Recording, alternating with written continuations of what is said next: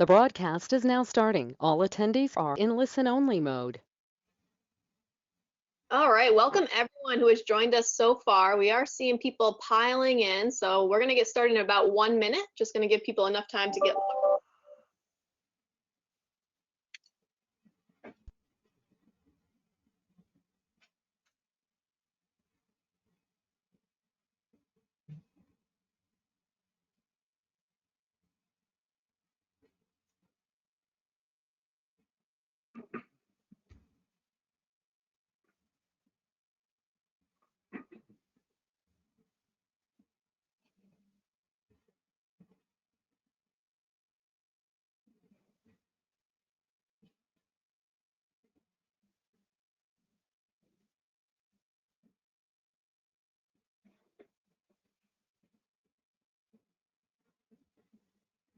All right, looks like we are just about ready to get started. So I first want to thank everyone for joining us. My name is Jenna Schwinard, Marketing Executive at PCA Technology Group, and I'll be your host for this webinar. I understand we do just have 45 minutes of your time today, so I'm going to go ahead and jump right in regarding our topic for this webinar, which is your SaaS data is under attack.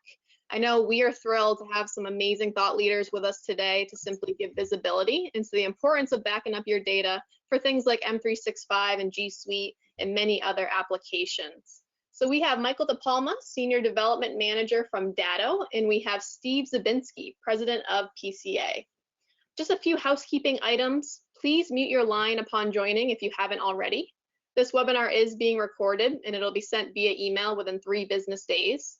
Questions can be submitted in the chat at any time, and please note we will have a brief Q&A session at the end. I'm also happy to share that PCA is doing a special offer to get a $50 gift card to a restaurant local to you if you request an appointment with PCA within 2 weeks of this webinar.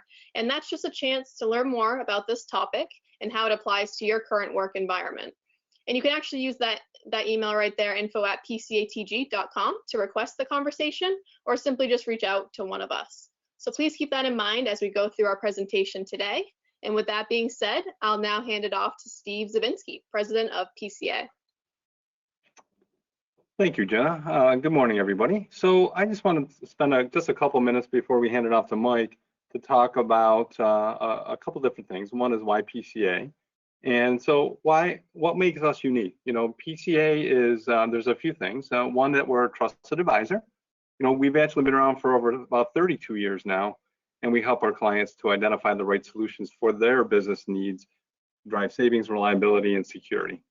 We're certainly customer focused. We carefully listen to our clients and their pain points while adding personal touches to ensure that, you know, you would have a positive experience with us.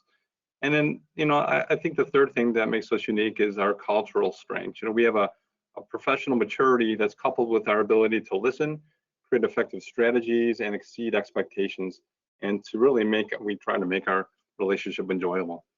You know, I just want to touch really quick on our core values, and a lot of companies are starting to have these now, and you know, we're no exception, but we take them very seriously here at PCA. And there's 6 of them, and I won't go into them too much, but I'll just kind of list them really quick. The first one is honesty and integrity. It's very important to us. Quality, accountability, open communication. It's very important, communication in any relationship. Growth mindset. We all need growth mindset nowadays. And the last one is fun. We really you know, we work hard. And you know, throughout our engagement with your organization, our focus centers on the following 4 principles. Number 1, we tailor and right-size our solutions for your organizations. It's not like we force fit anything in there. Number 2 is we are proactive as opposed to being reactive. That's a real focus for us. 3 is our focus is on rapid response and resolution. And 4, overall, we're integrity driven. That's really goes to our core here at PCA. So as we go to the next slide, why Datto? Well, first of all, they're an industry leader, and with both their cloud-based secure and their security solutions for us.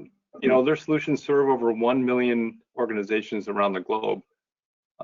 They have proven over and over again they have excellent products, exceptional technical support, and they have a wonderful workplace in which you can kind of get a feel for when we deal with their personnel. You know, PCA really could select any cybersecurity technology company with which to partner. And we chose Datto. We've been working with Datto for a number of years now. And we chose them for, I would say, 5 main reasons. Number one, they provide a diverse range of offerings that are a really good fit for us and for our clients. By the way, I say us because we're a big supporter of Datto, and anything that we're ever going to talk to you about is something that we're already using here at PCA. So we do eat our own dog food in that regard. Number two is that Datto continually keeps up on the ever-changing cybersecurity landscape. You know, it's a crazy world we live in, and they're on the leading edge there, and we really appreciate that. Number three, that they're there for us and our clients when we need them. You know, everything's great when things go well, but when there's challenges, Datto steps up and when we need them. So that's been great.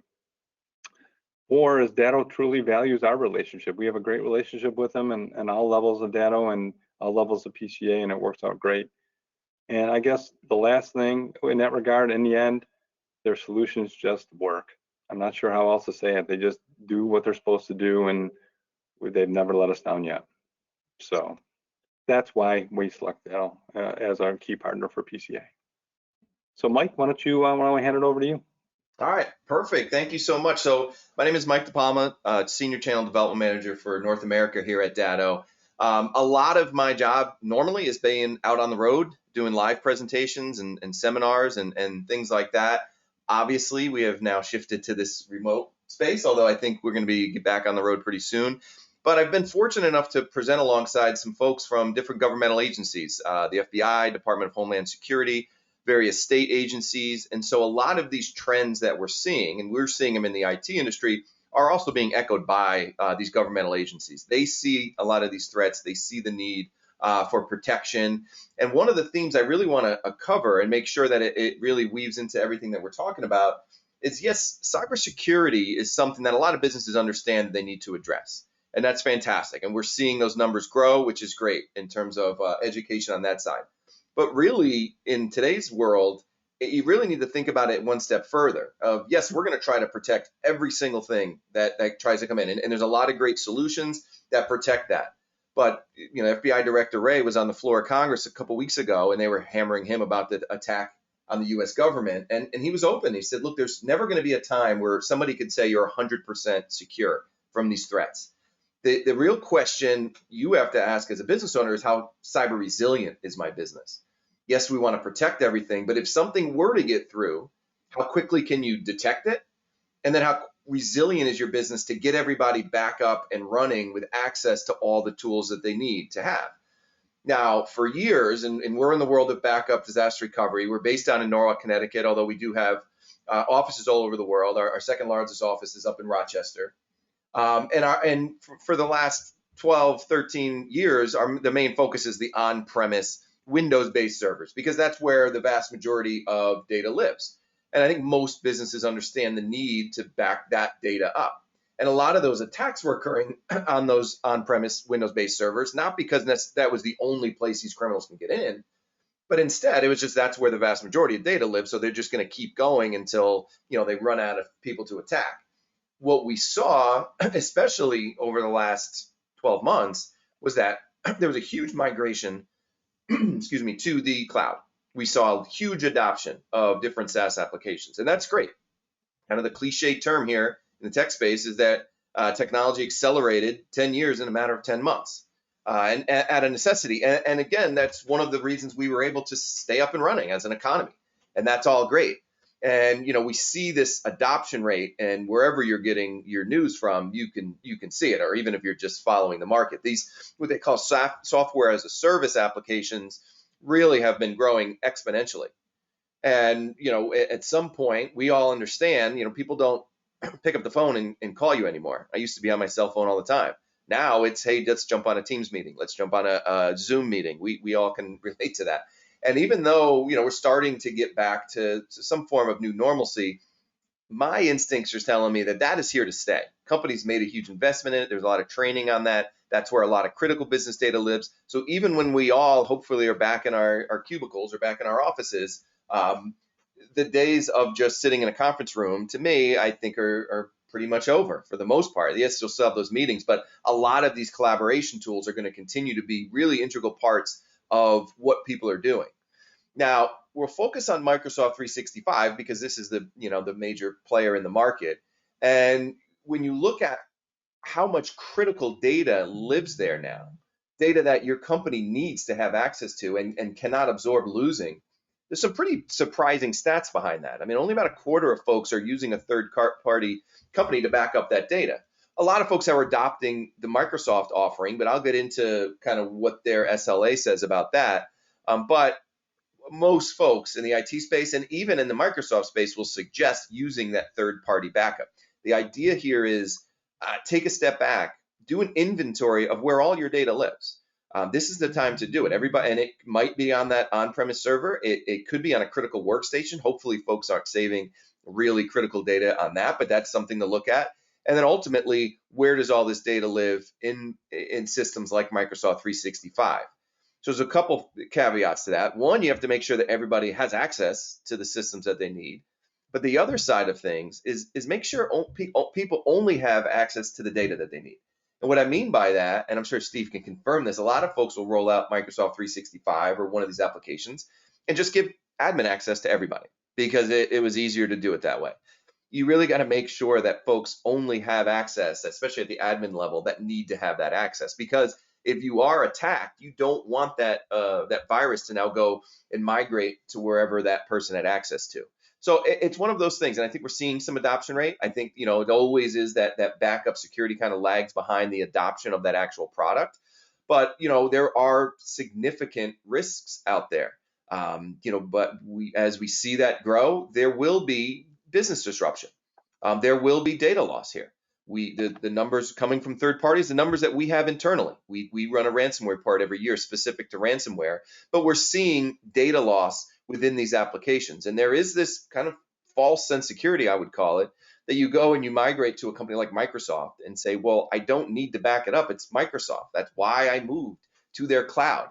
And I'll get into that, the reasons why. And yes, their cloud is very secure. Their data centers are very secure. But there are still causes for downtime. And then when you start to look at that, the real risk, and yes, there's a risk of losing data, but the real impact here is the cost of downtime.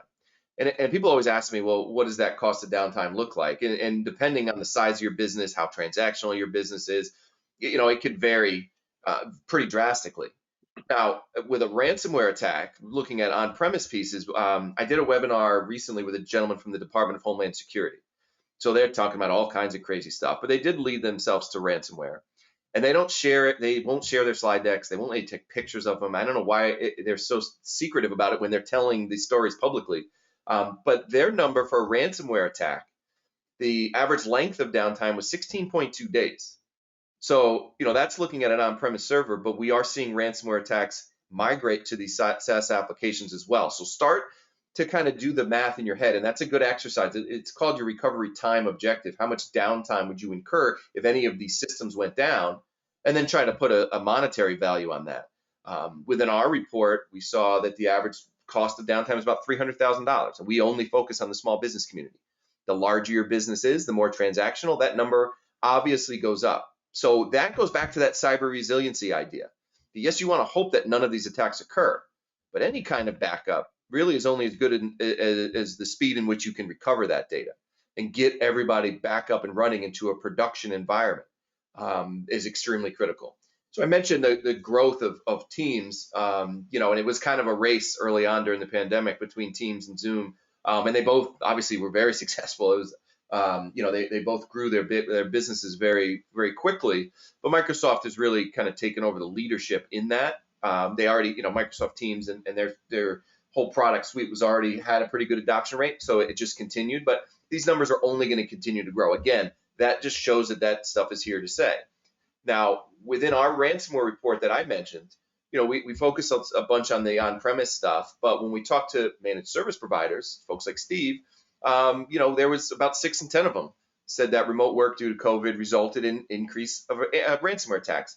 There was I did a presentation a couple days ago, and it was a continuing education credit for a group of law firms, and there was another cybersecurity expert on there, and they had some scary stats about that. They actually said the increase in ransomware attacks was over 200%.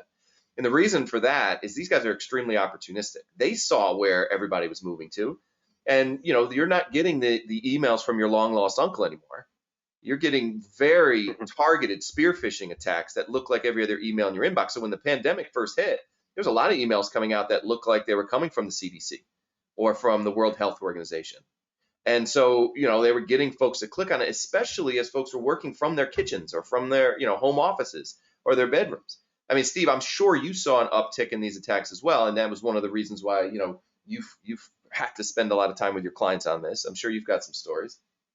Well, it is funny. We've hired a few people over the last, 6 months or so, and we had 2 different new employees within their first week of working here, where they got an email that looked like it was coming from our CEO, Michael Fano, and it really wasn't from him. If you look closer, you can tell that the email address wasn't his email address.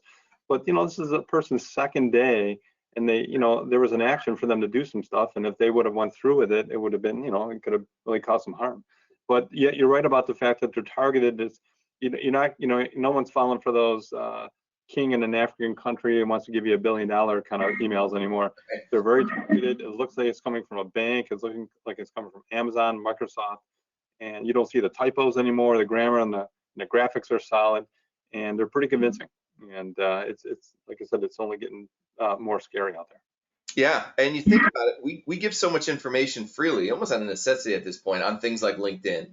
I'm sure those criminals can go see you have a new employee, they share it, LinkedIn, they update their status. We actually saw it at Datto, a sales rep on the last day of the quarter, got an email, it looked like it was coming from one of our partners saying, hey, please process this invoice ASAP.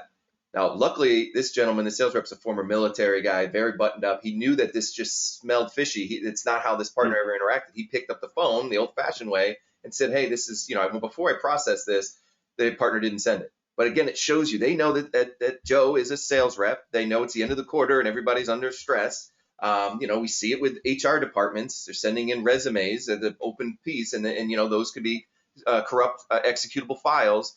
I'll go back to the cyber resiliency piece. The technology is all very important, but it's really 3 pillars you have to look at. It's people first, then processes, and then the technology. And if any one of those silos is not really addressed, then your whole cyber resiliency plan has a lot of risk for failure. And so again, the training of those employees and ongoing kind of culture of security is critical. And then the processes that come in of what happens if I am attacked, who do I run this up the ladder to? And then the technology comes in. So a lot of times, we get into the weeds of all the speeds and feeds of all this great technology that's out there. But if you don't have, the people and the process and technology all working together, you could have, you run a lot of risk. There's actually a story, and we're not in the business of multi-factor authentication, although I suggest everybody have it. There was a CEO that was on a call like this recently, and they implemented multi-factor authentication. They were at the park on a Saturday with their family. They got a notification to their phone. Did you just try to sign in? He clicked yes, not even really knowing what that alert meant, because nobody did the training and there wasn't those processes. I mean, so the technology is only as good as the folks that are using it. So I think that's critical to understand. And really, wherever you're consuming your news, you see the attacks on Microsoft 365. And again, the vast majority of these attacks come through not necessarily through brute force. They're not trying to go brute force into Microsoft's data center. They're waiting for somebody to open the door. 91% of data loss and downtime occurs because of user error. And it's not normally a malicious actor within your organization. It's somebody not knowing and not having the training and not being part of that people, process, and technology that are opening the door to that. And I'll give you a little homework assignment. It's a very interesting story. It's a gentleman by the name of Kevin Mitnick. And at one point, he was the most notorious hacker in the world. He's on the FBI's most wanted list back in the 90s. They did catch him. It was a very high-profile arrest. He went to jail. He came out, and kind of, you like the movie Catch Me If You Can, he's working with the good guys now, right? He's what's called an ethical hacker. And we hired him back in June of 2019 to come to our large annual DattoCon conference. And he stood on stage in front of 3,000 or so managed service providers and showed a live virus that he created, not a theoretical, hey, this is what a criminal might do. It was, no, if I was still on the dark side, this is what I would be doing. and it was attacking Microsoft 365, and he coined the term ransom cloud. And it looks like every email you might get from Microsoft. This is good. It's got the template, it's got the logo, it's got the look and feel, the language sounds good. And you might sit through a webinar like this. You say, I got to be secure. I got to update this. You're running to a meeting. Let me update this quickly. You click accept. And once you clicked on that, every single email in your inbox is encrypted. And oh, by the way, going back to granting admin access to everyone, if you've got admin access, this can now migrate to the domain. And the only email you could open, and if you've ever been attacked with ransomware, you've probably seen this scary red screen. A lot of times it has that ticker that, hey, send me some money in Bitcoin and I'll go ahead and unencrypt your data. Now, this technology was almost 2 years old. I mentioned how quickly the technology advanced over the last 12 months. Well, the criminals advanced as well. Think about how much more sophisticated those attacks are. And as the data starts migrating, we're going to see that within our ransomware report. A quarter of those managed service providers did have clients that were attacked on their SaaS applications. The majority of them were Microsoft 365. We did see some G Suite attacks as well. But again, we're seeing that increase. And so these are some of the reasons why you need to attack it. When you look at what Microsoft is providing you, and again, great tool, but you look at the left-hand side of the screen, these are the things that they're protecting. And most of that is about the integrity of their data center. So the hardware that lives in there, disasters that might occur, they've got redundancy there. But the tenant has a lot of responsibility as well. If there's a human error, if there's somebody deletes data, maybe there is a malicious insider who just got laid off and he's now deleting data, those types of things. We are seeing these viruses and malware. If you are opening the door and letting them in, that is your responsibility. It's what's called the shared responsibility model. And I actually have done presentations up at Microsoft's Burlington, Massachusetts office and sat on panels, and they're very open about this shared responsibility model. They will protect that integrity of their cloud, but the data that lives within it, your data, they're not liable for that. You bear responsibility, whether that is a decommissioned account, whether that is somebody who accidentally deletes something, whether it is somebody opening the door. They will recommend that data is stored in a third-party application, right from their SLA, talking about the liability for that deletion. G Suite, if you are G Suite, essentially the same type of language. And you look at the thresholds. This is something that a lot of people don't really look into. What is your agreement with Microsoft provide? So you start to look at, okay, how long are deleted items? How long do they sit in the recycle bin? How long are things moved to the archive? We now have a lot of critical data that lives in SharePoint, OneDrive. But also another piece to look at is just that employee turnover. Are you going to continue to pay for that license? Or is there a backup where you can now take all of the data that employee might have, even if it's just emails? You put a new person in that position, those emails are very valuable to see where some of those conversations with your clients have gone. So, at least just understand this in terms of what those thresholds are. For G Suite, essentially the same type of language, as I mentioned.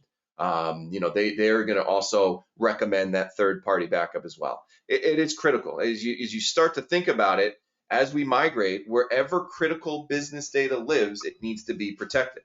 And as data moves up to these SaaS applications, I would start with just a simple inventory of that, figure out what lives there, who has access to it. Is it the right group of people that have access to it? Sometimes your team doesn't have access to the team they need, and they don't want to be the squeaky wheel. And so it's always good to kind of take a step back, especially right now, as we're starting to move towards, accelerating the economy. Hopefully, I think this is the time to do it. So I want to open it up for some questions in the chat box. I also want to bring you back on, Steve. I'm sure you have a lot more to add to this as we wait for some of these to come in. Yeah, one thing I wanted to mention, with respect to M365, Microsoft 365, there's four. Well, there's more than that, but there's four important aspects of it that you want to make sure that we protect, right? One, if we talked about the email a lot, and an email is such a vector of focus for the bad guys, and you gotta have some kind of backup in that and some kind of protection there. And Teams, of course, has been very, it's funny with respect to Teams. We used Teams here at PCA before the pandemic hit, but I really wasn't using their, virtual, the video aspect of it before until once the pandemic hit. And now I feel like I'm an expert at Teams in that way. The other point, don't forget, is also more and more clients are starting to leverage the shared resources like OneDrive and SharePoint. and starting to move and migrate their data up there. And more our clients are asking us, we're starting to move more, more stuff into that area. And it's, you just have to have some structure there, but then you also have to have some backup, because things can easily get deleted and forgotten, and before you know it, it goes past a certain time and you can't get it back, at least not from Microsoft. So that's where the SaaS Protect, and I know we haven't talked a lot about it here, but that's what we're talking about with you and with Datto, and that's what we use here at PCA is SaaS Protect, to have a regular backup, something to fall back on with regards to M365, all that stuff, and I'll tell you, it's really worked real well for us when we needed it, and for our clients that use it and had to leverage it at times. And like you said, and you spoke very well about this, but the backups are important, but the key is to be able to restore reliably and quickly. And the number of times that we've had to leverage Datto's backup solutions and get the information back, you haven't let us down yet, which has been great, and our clients, it's worked well. Yeah, and it's funny, we were talking right before we were in our little waiting room, and I gave the example. My wife deleted a file, or it was actually a colleague deleted a file. They couldn't get it back, and so they have the Datto SaaS Protection through their managed service provider down here in Connecticut. And I said, we just got to call them and get it back. And she called, and it was back, and she goes, I didn't know that's what you did. And I said, man, you clearly don't listen to me at dinner when I'm telling you what I do during the day. But it is that simple. Definitely. We've got a great question that came in. Can Datto backups be configured as immutable against ransomware? That's actually, the idea of immutable cloud is something that I'm glad that you mentioned, because I spent a lot of time kind of explaining that. To simply put, what an immutable cloud kind of means is that, can the data be changed once it's there? And with our cloud, it's encrypted, but it's a military grade encryption in transit and at rest, and it is an immutable cloud. So once that data is there, it can't be changed. So folks ask all the time, well, how do I know that the data center is not going to be impacted by a ransomware attack? It doesn't have the ability to change, so that data cannot be encrypted. I don't know if you have anything to add to that concept there, Steve. I'm trying to explain it as simply as possible. No, that's a great, how you explained it is excellent. I think that's important. A lot of people don't think about it from that perspective, but that's exactly right. And where Datto steps in is to make sure it's all about security, reliability, and security, and to protect the data while it's there. Because I would say in a lot of cases, the small, at least small, from a small business perspective, and certainly even medium size as well, often you're not necessarily a target, right? And the bad guys kind of find you just by looking for openings, just by random IP addresses or whatever. And but there are organizations that are targeted, and those are the ones that it kind of scares you. And we're the ones that are going to go after. They're going after the big guys, the SaaS companies, the companies that have the information, the data, like other companies like that, Amazon. We'll pick a big name company that we've all heard of. They're a target. So you really have to go the extra mile and in order to protect that information. And no, I think you described it real well. I think that's all about the security aspect of the data and integrity there, and you make sure that's protected. Yeah, and I think you bring up a good point, because they are going, there's two kind of groups of hackers, right? There's the home run hitters, the ones that are going after the Apples, the Sonys, those big companies, and then there's the singles hitters that are going after thousands of small businesses. And so they both kind of work in conjunction, because the big home run hitters, that's what makes the news, right? When you see a municipality get hit, that's what makes the news. You see the government get hit, the federal government. And it does two things with the small business community. It either says, all right, well, they're not coming after me, because why are they wasting time on me when they can go after the big guys? Or they throw their hands up in the air and say, well, if the government can be attacked, what chance do I have? And that's where the singles come in there, and singles hitters come in there and pick off that low-hanging fruit. So, there are ways to protect the attacks from getting in. And then the backup aspect is extremely critical. I think you touched upon, what that looks like. I mean, I would suggest, taking a look and having a call with Steve and his team and just seeing what that looks like. I mean, a demo would be very quick. It's very easy to implement, and you can see the speed in which the recovery can occur. I think that those conversations should be one-on-one because everybody here are in different industries, different sizes, and so I think, as to your point at the very beginning when you talked about customizing a plan with your clients, and I know you do a great job of it, that's where that next step would be. So I would encourage that to have that consultation. Well, one thing made me think about too is, it's I think we're all like this. Sometimes you don't realize the impact stuff like this can have on your organization until it happens to you. And, I know you don't overtly necessarily think that it's not going to happen to me, but, there's certain complacency until it does happen to you, then you realize. And we've been a part of ransomware infections for our clients over the years and other scenarios, cybersecurity breaches and all. And you know how people use this term all the time about what keeps you up at night, what keeps you up at night. I'm telling you, I've been a part of those over the years, and it literally keeps you up at night. It's just an awful, awful experience. You don't want to be there.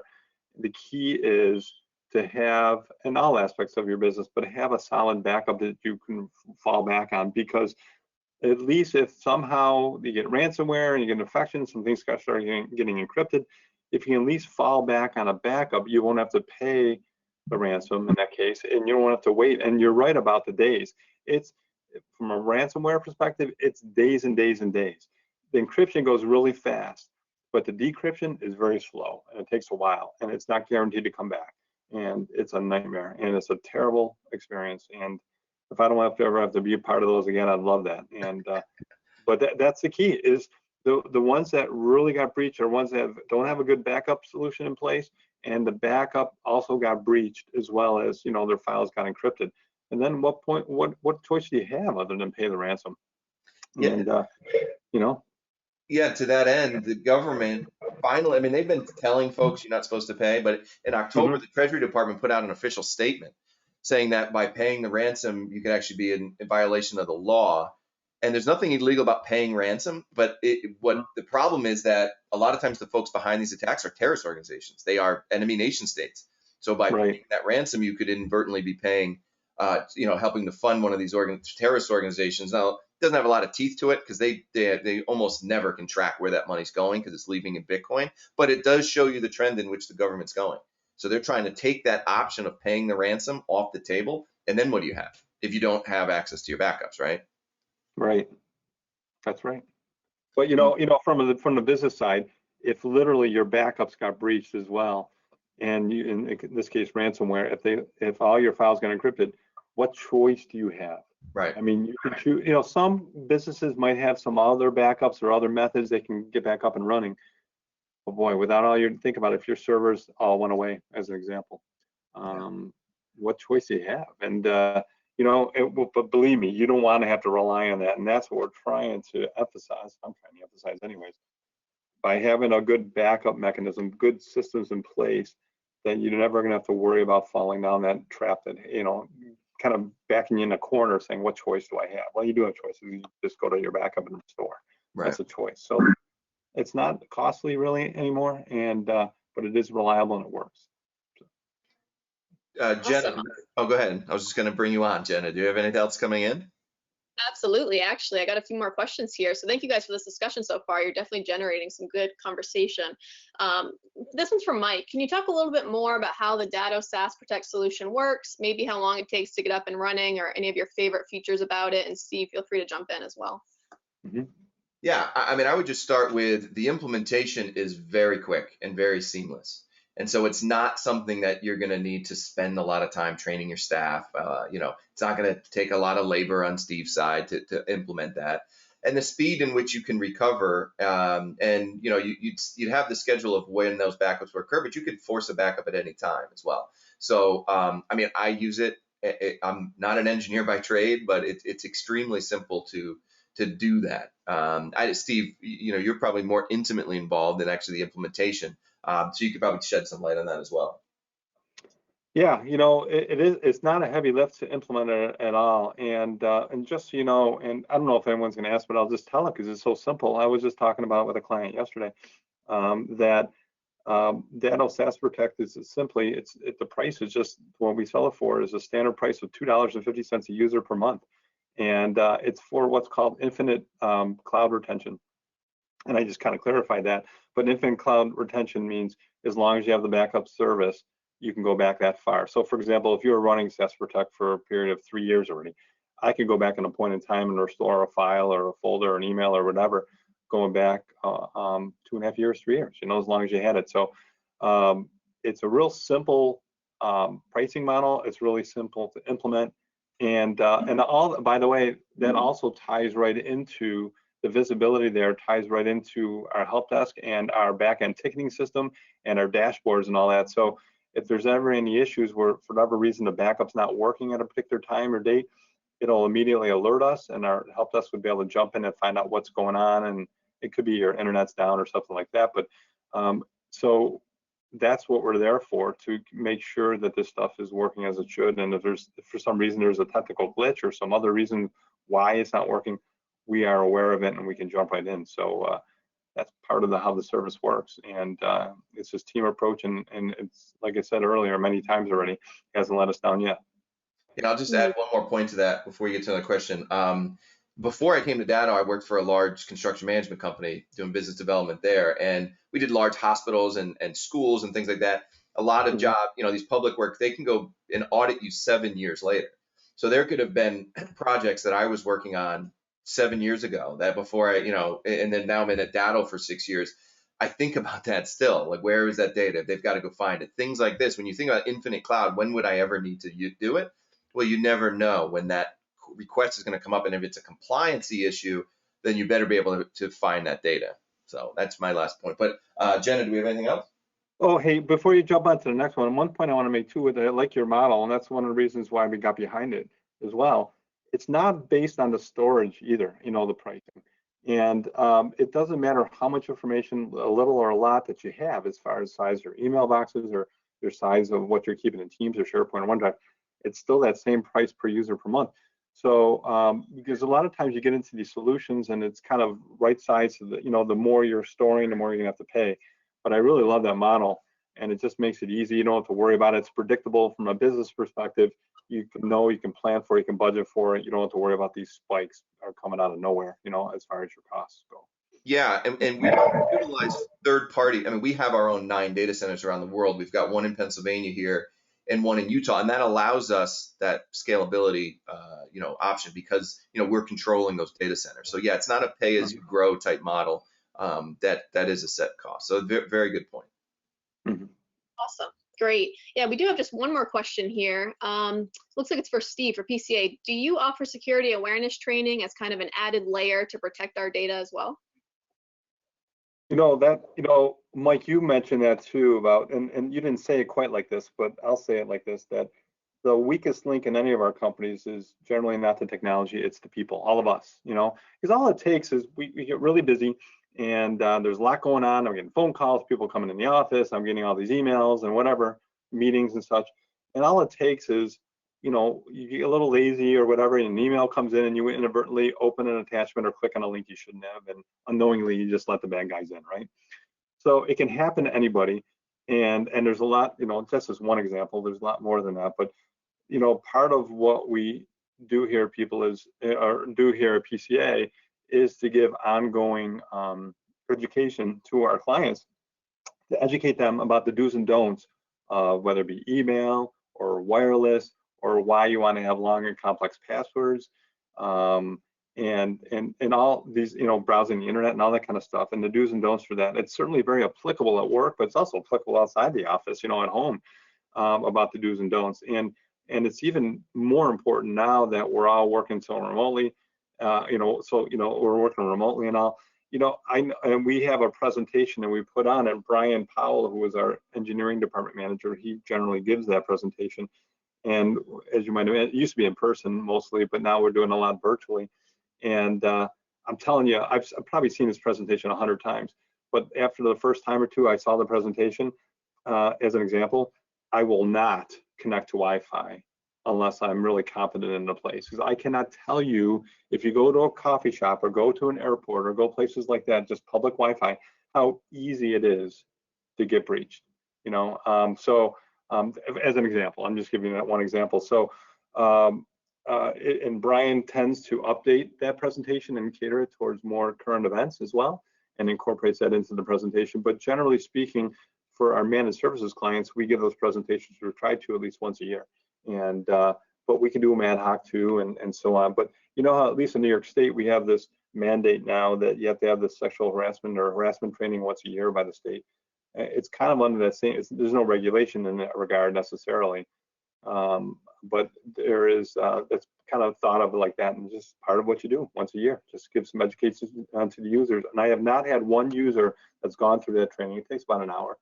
I have not had one user and said, boy, that was a waste of my time. Usually you have a bunch of questions, and it's kind of like scaring you straight a little bit. It's like, oh my gosh, I won't do that anymore.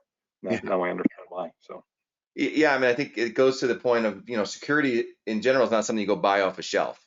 Right. It is the investment. A lot of times is in that education piece, because that's the way that's what the criminals are exploiting. So that the biggest takeaway would be to start there, and that kind of creates that culture of security, and to keep that. And if you start doing those trainings, and then you do any sort of testing on sending out some fake phishing emails, you will inevitably see a drastic drop in the folks that fall for those emails, for sure.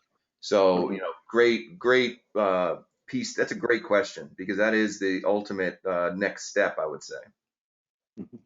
Great. Awesome. Thanks again, Steve and Mike. Fantastic discussion. We actually just have one more pop in that I think is probably a quick answer for you. Is there a specific application that gets hacked more than others? You talked about M365 and G Suite, and if so, what is it? Based on our studies, Microsoft M365 is the biggest one that's getting attacked. And again, it's mostly because they're opportunistic. They're seeing where that data lives. We do see Dropbox as well as G Suite. But in our studies and in the third-party studies, that's who they're going after, because that's the next big wave of potential for them. Perfect. All right. Thanks, Mike. So I do want to be respectful of everyone's time, so we'll go ahead and talk about the next steps and conclude here. You can expect an email from PCA this week that includes the webinar recording. You'll also get some bonus resources to learn more about the Datto SaaS Protect solution that you just heard about. And don't forget, if you request to have just a quick conversation with PCA within 14 days of this event, you will get a $50 gift card to a restaurant local to you. And we'd love to just chat with you, see how we can help protect your data.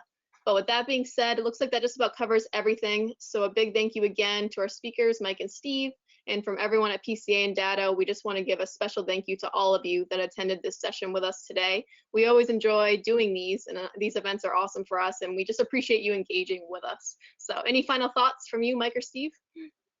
No, I mean, I appreciate you including us on this. I think it's an important topic that the business community really needs to be educated on, as we saw some of those stats. So thank you so much. It's been a great partnership. So looking forward to continuing that moving forward. Yeah, thank you, Mike. And thanks for everybody for attending today. I hope you found it useful. Usually people don't like to listen to me talk a whole lot because I tend to ramble. So hopefully I didn't do too much of that today. And I'll leave you with one quick joke. How's that? I just thought of a nice technology joke. And I only know about 7 jokes, so this is one I always like.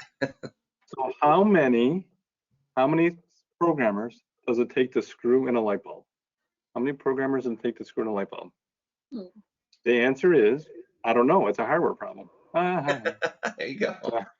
The text that's how I'm leaving the webinar. There you go, guys. You can remember that. That's awesome. All right. Thanks, Steve. And thanks, everyone. We'll be in touch. And we wish you guys have a great rest of your week. Thank you, everyone.